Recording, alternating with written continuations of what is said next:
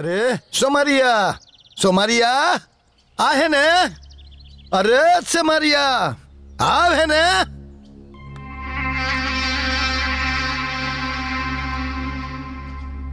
का बात बा दशरथ जी बोली। रे ओ दिनवा तो बहुत उल्टा सीधा बोलत रहले है ना। अब आके देख हमार छोटकी पतो ऐसन खाना बनावती आनू ते उंगली देखा के ना उंगली चाटत अइबे हमारा घर से। ए कल आ जाइए अपना मंडली के लेके खाए। हाँ?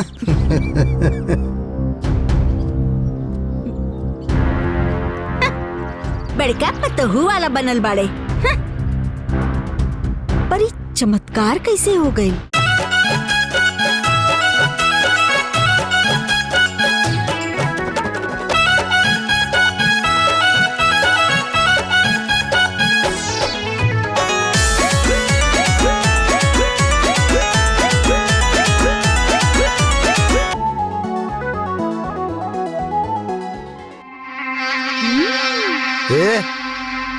ताकत का बड़े खो। हाँ अरे हाँ हाँ दशरथ बाबू, आज तो लागत आ जैसे बड़का होटल से खाना आयल बा। अरे होटल से ना हमार छोटकी पतो बनवले बिया।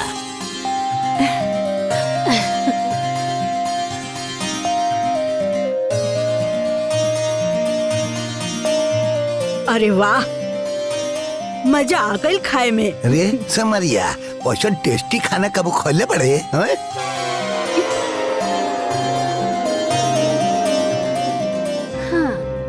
पर दशरथ बाबू ये चमत्कार भइल कैसे? अरे मेहनत से लगन से हमार दोनों पतो आपस में समझौता कइले बाड़ी। बड़की छोटकी के खाना बनावे सिखा देहलस और छोटकी बड़की के अंग्रेजी बोलल सिखा देहलस। बुझले?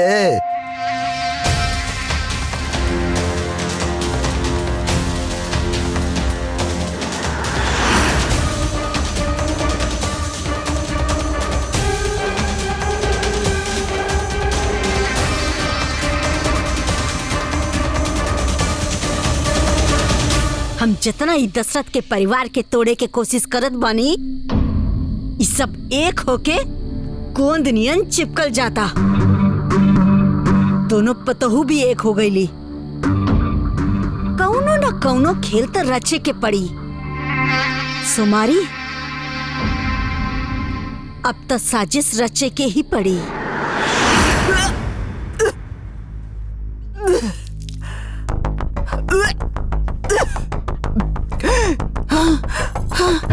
अरे देवरानी जी,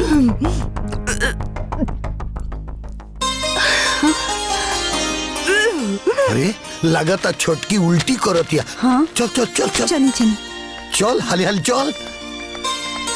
का हो गई? ये उल्टी काहे करत आरी? अम्मा जी खुशखबरी आवे वाला बा। ना दीदी खुशखबरी? पता ना सुबह से पेट में चुभन और गैस जैसन हो रहल बा और बार बार जी मचल रहल बा। अरे नारा उखड़ गइल होई। बिना आदत के सब काम करतिया। कोनो ओजन चीज उठौले होई तो नस खिंचा गइल होई। सोमरिया के बोलाव। अबे नस बैठा दियो।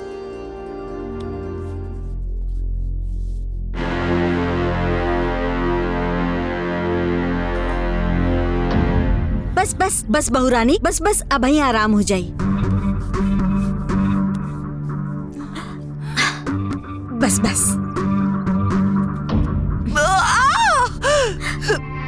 अब नस पकड़ में आ गई बहुरानी।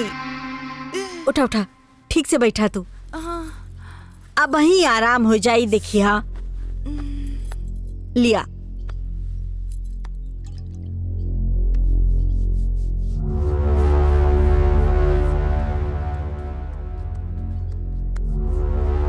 बस बहुरानी अब बहुत जल्दी आराम हो जाई। कुछो भी होए बहुरानी, पर इतना बड़ घर के बेटी होखला के बाद भी इतना सुंदर, सुशील, संस्कारी, गुणवान और समझदार पतो होता हम पूरा जवार में ना दिखनी। अरे अब तो तू पूरा घर परिवार भी संभाल ले बाड़ू। तो का भइल, ई तो हर औरत के धर्म होला और हर औरत के अपन पति धर्म निभावे के चाही। बिल्कुल सच कहा तारू बहू रानी। तोहर पति लखन ता हीरा बाड़न हीरा। बेटा श्रवण कुमार जैसन और भाई लक्ष्मण जैसन। अब देख ला, उनकर कमाई से तो पूरा घर परिवार चल रहा बा। बाकी राम जोन खेती किसानी से लाखों रुपया कमालन ना, वो सब तो उनकरा खाता में ही जमा हो खेला। तो का भइल, हमार पास तो हमार पापा के करोड़ों रुपया बाड़न। वो तो बाबूजी के बाना बहू रानी। अब तोहरे पति लखन का तोहरे पास का बा? कुछ तो ना। हमके कुछ ना चाहिए, जो जैसन बा वैसन ही रहे, जैसन चलत बा वैसा नहीं चली। हम बस अपन परिवार खुश रही, ये चाहेनी। तो हम कहाँ कहत बानी कि परिवार ना चले। अरे बहू रानी, हम तो बस इतना कहे चाहता नहीं कि एक बार आजमा के देख ला कि तोहार त्याग, तपस्या और प्यार सच्चा बा कि कच्चा बा। मतलब ही कि लखन से प्यार का पहल तू कैलू, शादी का इच्छा भी तू जतैलू। अरे अपना बाबूजी के भी रिश्ता खातिर तूहे भेजलू। बाकी वो राम जान की तो खाली बाबूजी के माई के समझा बुझा के शादी झटपट करा देनी, ताकि ऊ लोगन के रास्ता साफ हो सके। कैसन रास्ता? तू कितना दिल के साफ बाड़ू बिटिया। तू और तोहरे पति लखन के दिल में तनिको छल कपट नहीं खे। ये खातिर तू दूर तक ना देख सकत बाड़ू। कैसन दूर तक?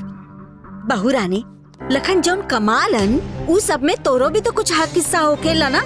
तब बस तो लखन से एक बेर अपन कुछ हक हिस्सा मांग के देखा। अगर दे देलन तो तोहार प्यार सच्चा बा, और ना देले तो कच्चा बा। मतलब ई बहू रानी कि लखन जितना प्यार अपन परिवार से कर रहल बाड़न, उतना प्यार तोहरा से करेलन के ना। अब देखा बहू रानी, हम कोनो विरोध झगड़ा के बात ना करतानी, हम भविष्य और समझदारी की बात कर रहल बानी। एक बेर परख के देख ला, सब कुछ ठीक रही तो तोहार प्रेम के विश्वास और बढ़ जाई, और ना ठीक रही तो सब सच्चाई सामने आ जाई।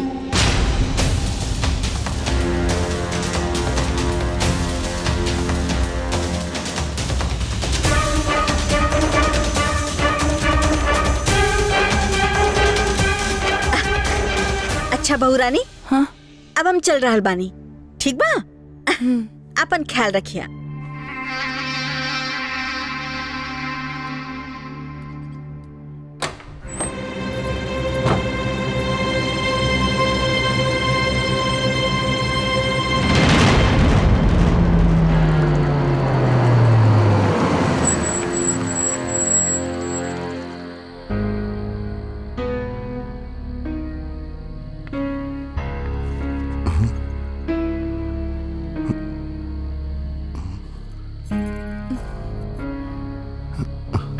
संजना,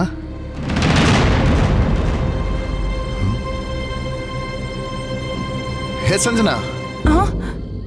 हाँ, अरे रवा का बहनी। अरे हम तक कब से आके दरवाजा पे खड़ा रहनी, पता ना तू ही कहाँ हेरा गल रहलू। कुछ सोचत रहलू है का? कुछ ना, वो एक उलझन से रहे।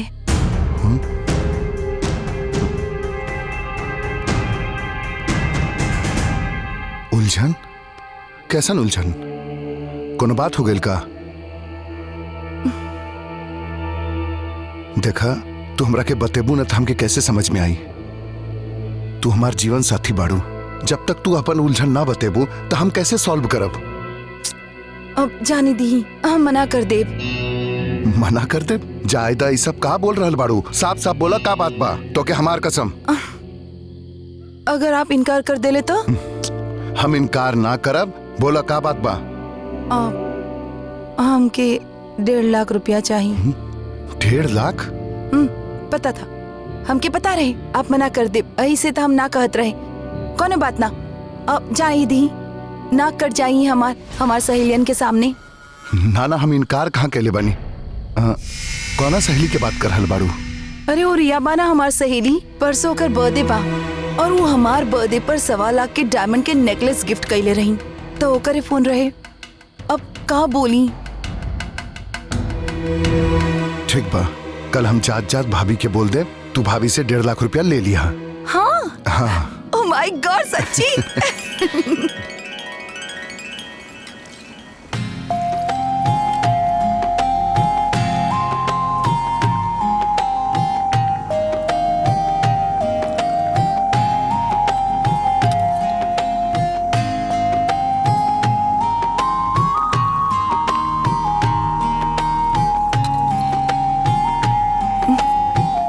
गुड मॉर्निंग दीदी। गुड मॉर्निंग देवरानी जी। का बात बा, आज देर ले सुतर रह गलू? हाँ दीदी, कल देर रात तक जागत रही। काहे देवर जी सूते ना देले का?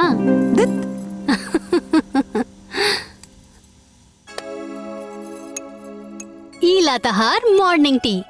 Thank you. अच्छा देवर जी कहत रहलन कि कुछ पैसा चाहिए, कौनो सहेली के गिफ्ट देवे के बा। हाँ दीदी। त कितना पैसा चाहिए? 1.5 लाख। 1.5 लाख? हाँ। अरे इतना पैसा कहाँ बा हमरा लगे? हमके तो लागल कि 2-4 हजार रुपया चाहिए, कौनो रोल गोल्ड के सामान देवे के होई। भला 1.5 लाख के गिफ्ट दियाला? हाँ। देख लेनी, आखिर हमार शक सही निकलल। हमार घर में कोनो कदर ही नहीं खे। ठीक बा।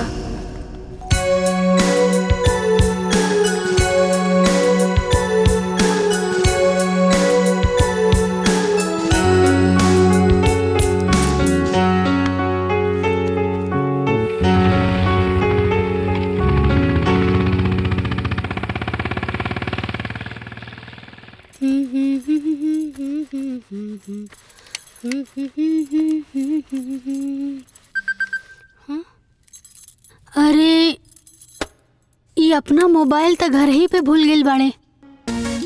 केकर मैसेज आइल बा?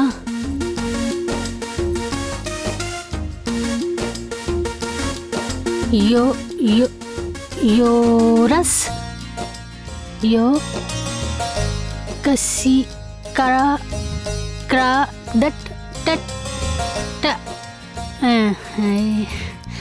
कोनो कोनो जरूरी मैसेज भइल था? देवरानी जी के दिखावतानी, फट से पढ़ लिया हूँ। हाँ। अरे देवरानी जी। हाँ। अरे तनी जल्दी से पढ़ के बताई ना, बैंक से कुछ मैसेज आइल बा। हाँ।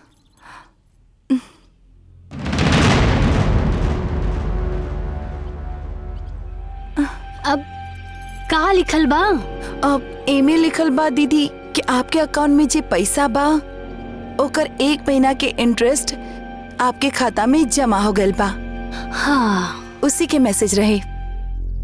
हाँ तो ये बात बा, इंटरेस्ट आइल बा। हाँ। अच्छा, तो खाता में 80 लाख बा और हमरा के 1.5 लाख ना देले रही।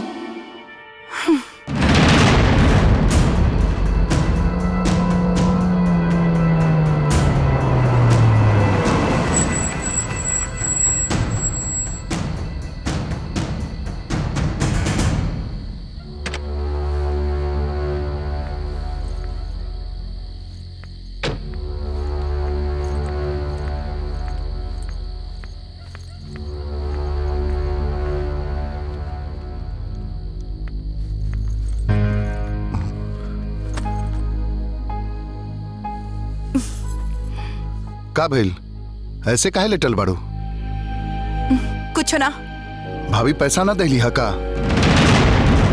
ना, और अब 2-4 हजार खातिर बोल के गए रहे भाभी के। हम रोल गोल्ड के सामान गिफ्ट में दे, हम कोनो भिखारी की बेटी नहीं खे। अरे नाना, हम तो ऐसा कोनो बात ना कहनी हा। हम तो कहनी कि संजना के कुछ पैसा के जरूरत बा तो दे दिया, शायद ना होखी। 80 लाख रुपया बा उनकर खाता में, हम खुद अपन आंख से देख लिया। तब काहे ना दे लिया?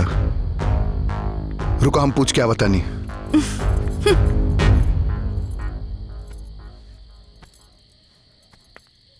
हमारा भाभी, 15 अगस्त जब हम कह के गए रहनी तो तू संजना के पैसा काहे ना देलू?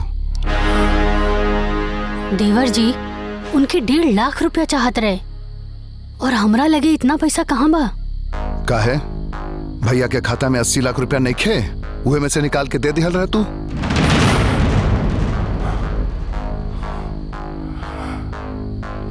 अब वो पैसा में से छुए से पहले माई बाबूजी से पूछे के पड़ेला देवर जी, और सबके राय मशवरा से ही कोनो काम होला। भाभी, हम मर न गए रहनी, हम अती तो राय मशवरा हो गए रहित, और ऊपर से संजना के साथे तू 2-4 हजार के रोल गोल के बात कर देलू। अरे इमे तो हम का गलत कहनी देवर जी, गांव सब में यह कुल चलेला, इतना बहुत होला गांव के लिए।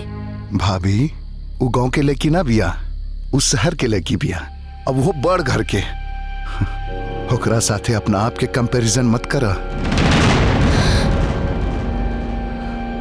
हमार बात के कोनो इज्जत ही नहीं के घर में। ई देवर जी के कहा हो गइल बा, देख रहल बानी रहुआ। देख भी लेनी और बहुत कुछ समझ भी गई नहीं। ई का कहता रहा राम? अरे कुछ बोल बा।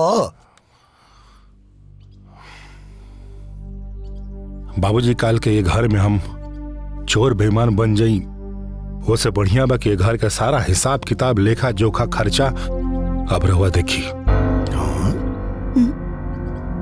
रहुआ हमारे साथे बैंक में चली, हमारे अकाउंट में जितना पैसा बा हम आपके अकाउंट में ट्रांसफर कर देव तनी।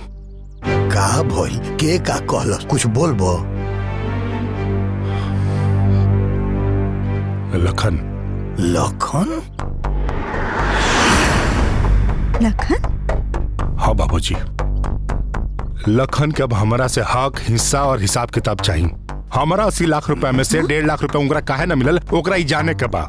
बाबूजी, जब घर में पढ़ल लिखल और बड़ घर के बेटी आ जाए ना, तब अभिमान ताइए जाला। समझ गई नहीं। राम के माई। हाँ जी। लखन के बुलाव, हमहू तो जान ली सच्चाई का ह। जा बुला के ले आव। बुला के लावा तनी।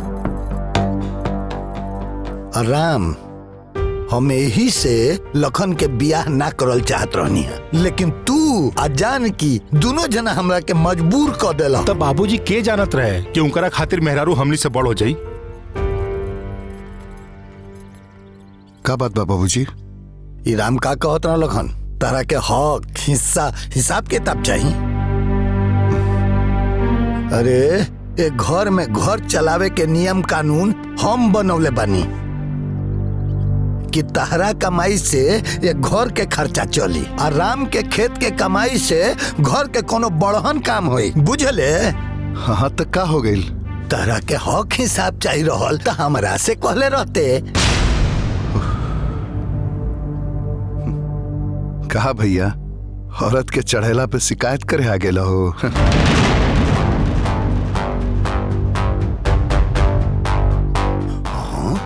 लखन, का बोले रहते? का बोल रहा? अभी तोर भाभी औरत हो गई। अरे ई मत भूल कि हमार मेहरारू हिया। तो हमार मेहरारू भी कोनो बचारू ना हा।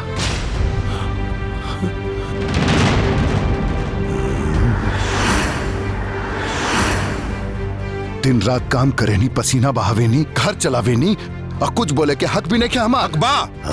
हकबा तोर, लेकिन एसी में पसीना ना बहेला, पसीना बहेला खेत में। घाम में जब दे जा रेला और पैर तपेला ना, तब पसीना निकलेला।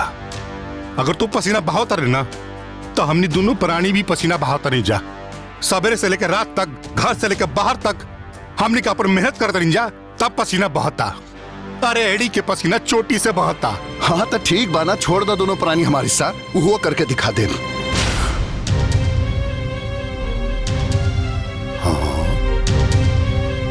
लखन, इक्का कहा तारा?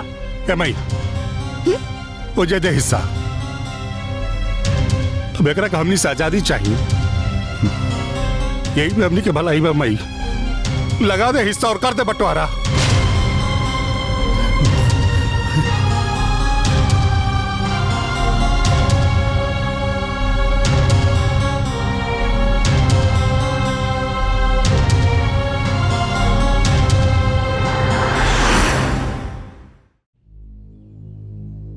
का दशरथ बाबू, ये सब का हो रहल बा? हाँ? अरे महाराज, रउआ केतना घर टूटला से बटला से रउआ ने बचले बानी, और आज रउआ साथे का महाराज? हीरा और बंटवारा के कागज देख के तो हमार छाती फाट गई है, लेकिन का करी, सरपंच जी है, अब होकर पद की गरिमा तो निभो ही के पड़ी। करेजा पर पत्थर रख के आयल बानी महाराज। बंटवारा के फैसला ये दोनों लोग कहले बारन सरपंच जी, उन्होंने से पूछ लो। राम, लखन, अब तो तू दोनों लोग बच्चा तो बड़ा लोग ना, बड़ा हो गए बड़ा लोग, तो लोग क्या पर नुकसान फायदा के बारे में सब पता बा। तो तुहन लोग तो कुछ अपने बंटवारे के बारे में तो भाई कुछ फैसला कैले हो लोग का?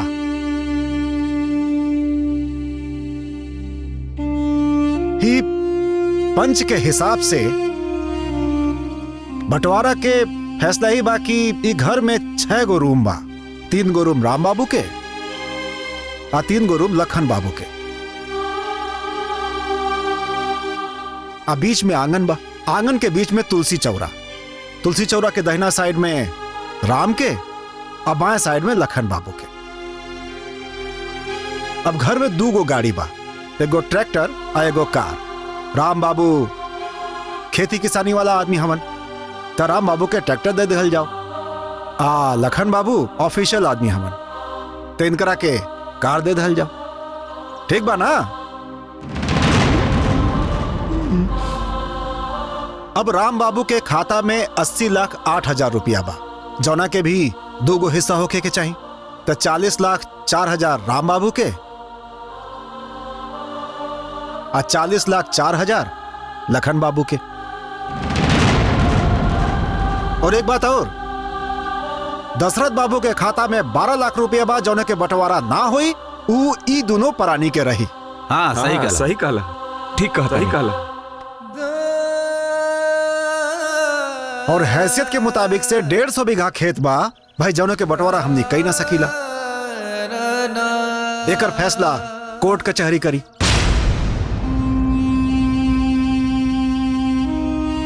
तो दशरथ बाबू, रउआ कचहरी से लेखपाल के बुला के, बाकी बाबू लोग के तक खैर बंटवारा के समझ हो ही गइल बा, ओके आधा आधा बांट देहल जाई। तो ये फैसला तो हम लोग के मंजूर बा? मंजूर बा। मंजूर बा। और रउआ दशरथ बाबू? अब हम का कोई, हमरा लोग के कोनो सबूत नहीं के।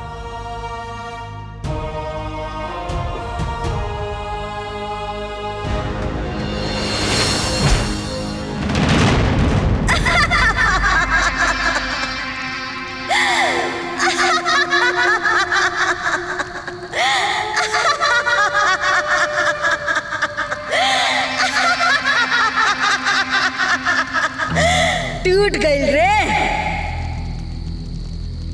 बटा गई तोर परिवार, बीचों बीच लकीर खिंचा गई, पूरा हो गई हमार बदला, उ कसम पूरा हो गई, जौन कसम हम तोर बर्बादी खातिर खैले रहनी। अब तू तड़पा, रोआ, खूब रोआ दशरथ। परिवार तो तोहार हम तोड़ देनी, बस तोहार बर्बादी बाकी बा, वो जल्दी हो जाई। बर्बाद करके छोड़ब हम तोहरे परिवार के।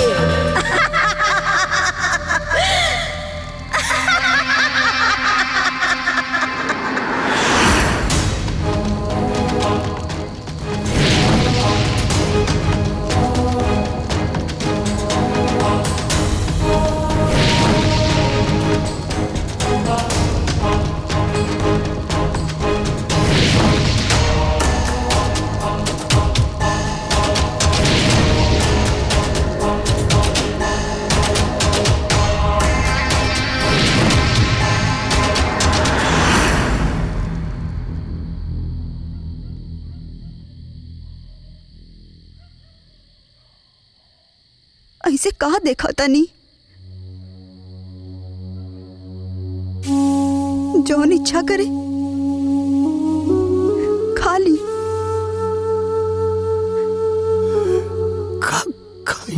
कौशल्या, आज तो रोटियों बटा गल। हमरा तो ई समझ में नहीं के आवत के कर थरिया खाई, राम के लखन के।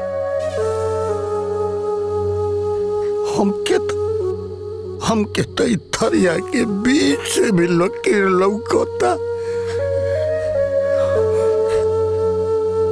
सही कहा तानी, हमरा के बुझाता कि बंटवारा के लकीर हमार दिल और कलेजा के चीर गई।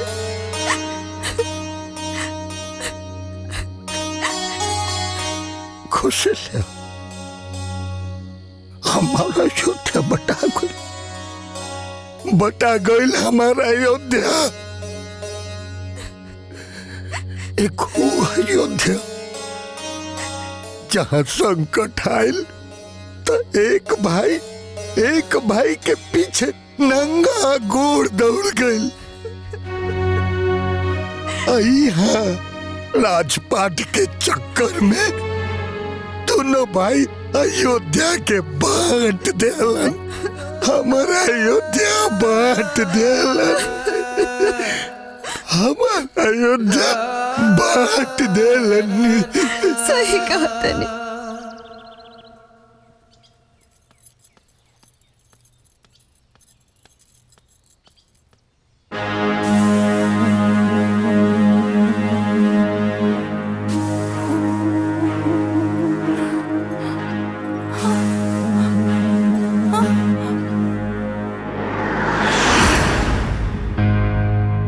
अच्छा, आपन हिस्सा साफ करके हमके दिखावतानी कि हमार साफ है।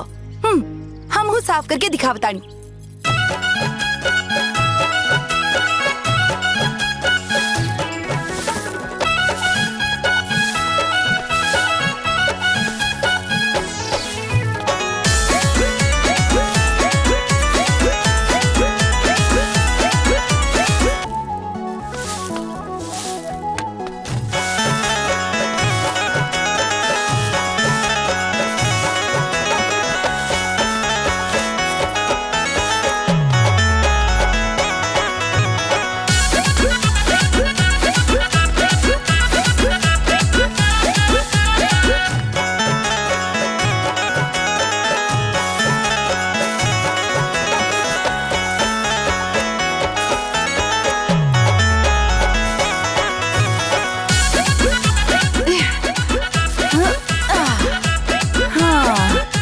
हो गई।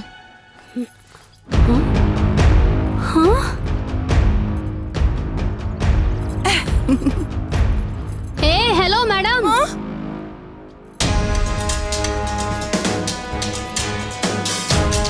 ई का कहलू? हाँ, ई सगरो कचरा हमरी ओर कैसे आ गई? तो हम का करी? ई तो हवा के दोष हो।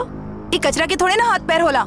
ई हवा जहाँ लेकर जाई वहीं पे जाई ले। ये हवा के ना तोहार नखरा के दोष। हाँ, अरे जब काम करे के ना आवत रहे तो काहे ई घर बंटवा देलू? घर हम ना रउआ बंटवा देनी ताकि आपके रास्ता साफ हो जाई। रास्ता तो तोहार साफ हो गइल बा। लाखों मिल गइल बारातों रात गुलछर्रा उड़ावा। काहे ना उड़ाई? हम कोनो भिखारी की बेटी थोड़े ना हई। अरे ना हो तो टांग पसार के रहा ना। ये अपन नखरा और ये कचरा संभाल के रखा। रुक। हाँ?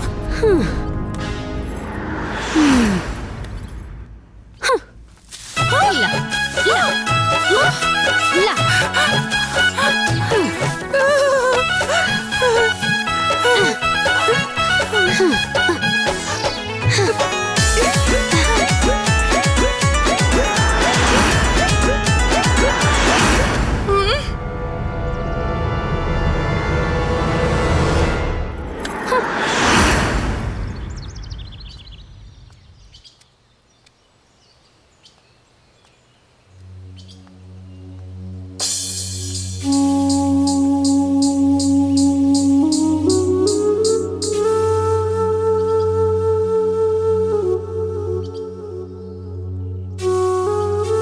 देखा ताड़ा कमाल, जब से दशरथ बाबू के घर टूटल तब से उनका चेहरा के रंग और चले के ढंग दोनों बदल गए।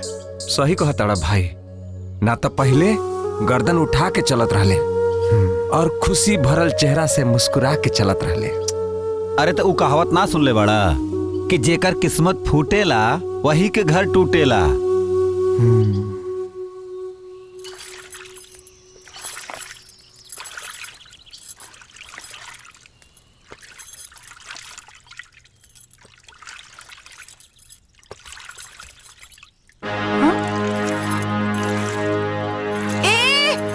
देखत नहीं खुका, सारा पानी हमनी की तरफ आवता।